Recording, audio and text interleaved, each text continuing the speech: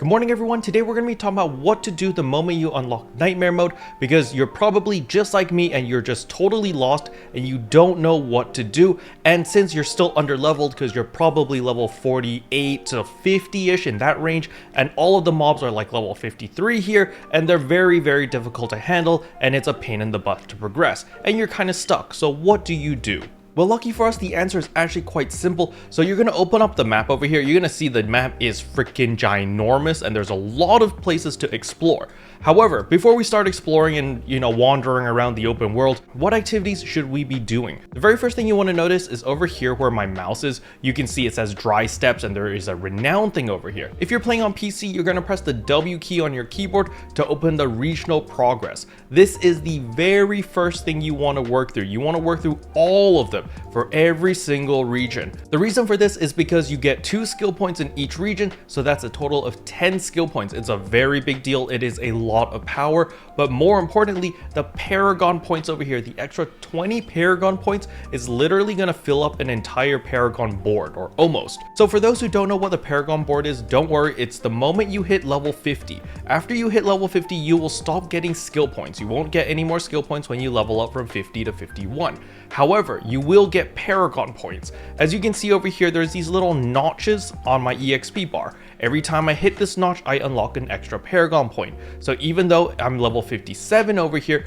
you can see I have quite a lot of Paragon points, and I don't only have 7 Paragon points. I actually have like 21 Paragon points or something, and I've almost filled up the board. Now I'm not going to go into detail about the Paragon board, but just understand the Paragon board is going to give you a ton of power. For example, over here, this one node is going to give me 20% more damage, but there's a bunch of these nodes in the Paragon board which is going to make your life a lot easier and allow you to deal a lot more damage. So that being said, Renown is going to be your #1 priority to complete, because you want to get all of these free 20 Paragon points as well as the extra 10 skill points, okay? So you're going to go through every single region and complete all of the Renown in order to get all of the rewards. This is going to take some time. As you can see over here, I'm already level 57 and I still haven't completed all of the Renown stuff. It will take a couple hours. I want to say it'll probably take most people like 8 hours to do the entire map or do all of the Renown stuff. But if you're a little bit slower like myself, I'm probably going to complete it in like 12 hours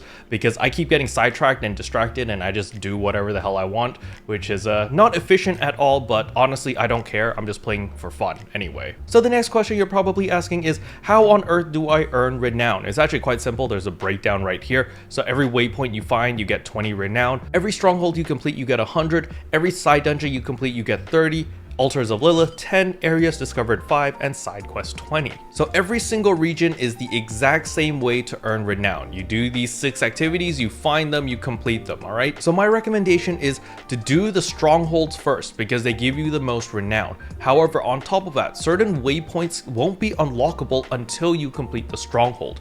So you're killing 2 birds with 1 stone because you want to find all the waypoints so that you can traverse the map a lot easier and a lot quicker, because that way you can just teleport all over the place. And in order to do that, you're going to need to do the stronghold, which happens to give you a ton of Renown, so it's a win-win situation over there. The next thing that I would do is going to be your side dungeons. The reason for this is because A, they give you a ton of Renown, 30, so it's the most out of the other 4. However, on top of that, they also give you legendary powers. So for example, over here, Shadow Plunge, this dungeon over here actually gives you aspect of the branching volleys.